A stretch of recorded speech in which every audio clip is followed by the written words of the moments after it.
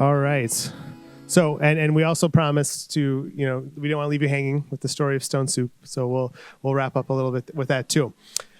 So yeah, as Nikki mentioned, Aditi and Pahua had to jump to their flights, but I did get a chance to talk to them about some of their takeaways from the conversations. And so Aditi noted from her perspective, the challenge we have as policymakers, and the challenge I see as well in my role as a state Medicaid official is, fitting the need to like the tools you have. Oftentimes it's kind of a round peg, square hole kind of issue. And so the ways that we found success is by really being intentional, listening to communities, so that instead of just looking within ourselves, our own institutions, really, connecting with our community members. And then Pahua was somewhat similar in that in their experience, one of the things as they built the Little Moments Count collaboration, it initially was health systems that were at the table, along with Reach Out and Raed, Minnesota, and the Parent-Powered Text program. But really realizing that parents were important and community voices were important to include. And so it went from those kind of initial 6 or 7 organizations to the 85 today. And with that came really some frank feedback that I think the initial Little Moments Count campaigns didn't really meet parents where they're at. We're maybe a little bit mansplaining or heap-heated. I learned heap-heated today. I'm going to hear that. And so how, really, again, building upon the strength of our communities helped bring that information and spread it across our healthcare systems in Minnesota. And so I'm going to turn you over to you, Jean Calvin, to maybe speak a little bit both about what's one takeaway from the conversations you had during the break, and then I know you have a message you want to share too. Yes, thank you, Nate. Yeah, I'm going to. It was a good conversation we had in the back. I'm going to say that my experience is with Bellevue Hospital, but I know there are so many Bestview hospitals out there, and again, I think it would be extremely beneficial to the program if the program can come up with a way to track those children who benefited from the program. Because there are so many of them out there who are lost, but they have so many stories to share. Bellevue Hospital is known, Bellevue Hospital has a good reputation, a very good reputation, by the way, to service mainly low family income and people who are a little bit cuckoo, But I will tell you, I'm here to tell you that from my experience, my family experience, my personal experience, Bellevue Hospital is a very, very good hospital. At my age, my PCP doctor is at Bellevue. My children were born at Bellevue. And again, they benefited from the early, from the Reach Out and Raed program. My older daughter, who started drawing from the books that she saw at Bellevue, I can tell you firsthand today, this is a fact. Her drawing appetite came from those books at Bellevue.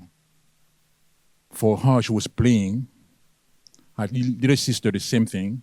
They're playing, but while playing, interacting, they are learning. And I do believe that if the program can provide those success stories, I have no doubt that will help mobilize, generate more funds, because the program is working. It's a fact. My older daughter is 28. She asked me to read this to you. Her name is Yanova. My experience at Bellevue Hospital paved the way for my love of education and learning. I remember being read books about the planet and stars and being given stickers to bring home, which helped me develop my love for aerospace and eventually led me to pursuing a career in aerospace engineering at Collins Aerospace. The volunteers at Bellevue Hospital always read the novels in a way that allowed you to feel like you were immersed in every page. As I grew older, I got the pleasure of seeing my younger siblings also benefit from the same treatment and enjoyment of the reading program at Bellevue Hospital. Yanova is 28. She's an aerospace engineer today, and she's working toward her PhD at Purdue. She's a graduate of your program. And she's not the only one. There are so many more out there that need to be just reach out to. Thank you.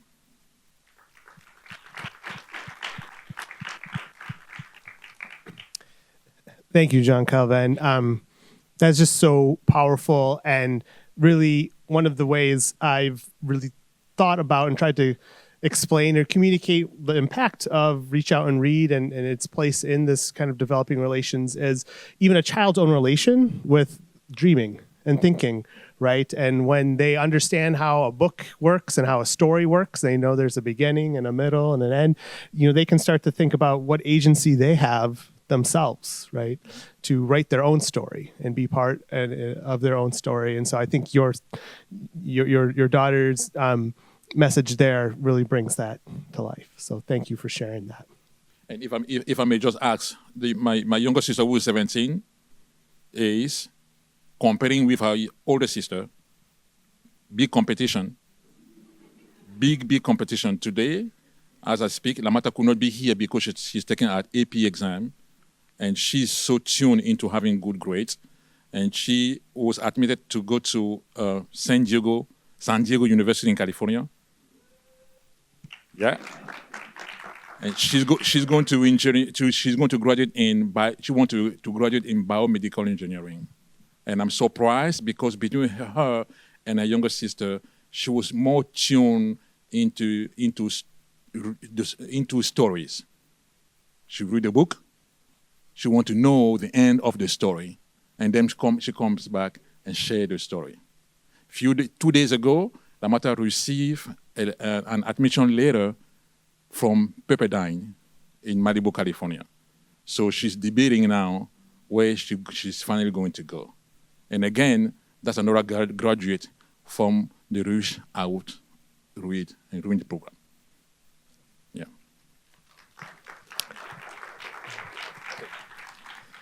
Well, thank you again. Thank you for sharing your family's story.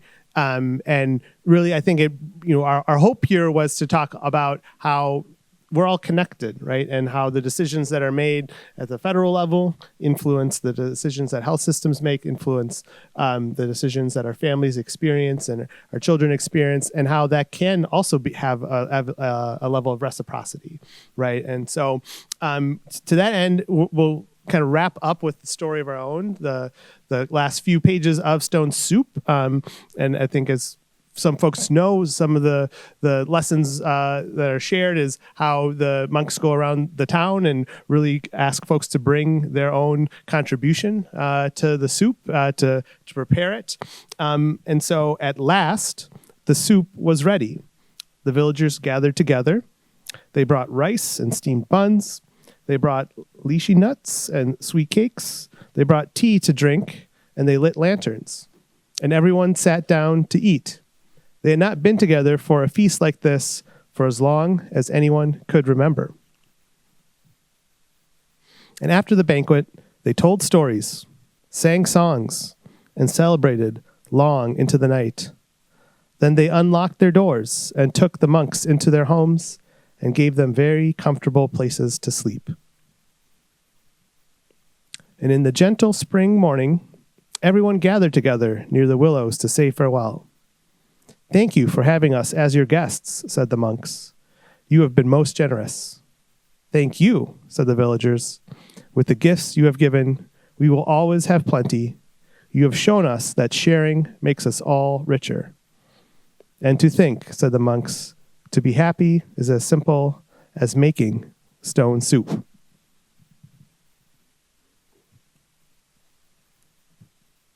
So I think, again, it just shows when we come together, there's reciprocity to be had, that we can build the systems and the communities that we need, that our children's need, and that it can be based in that concept of the importance of relations.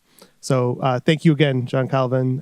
Thanks to Aditi and Apahua. And at this point, I'll turn it over back to Nikki.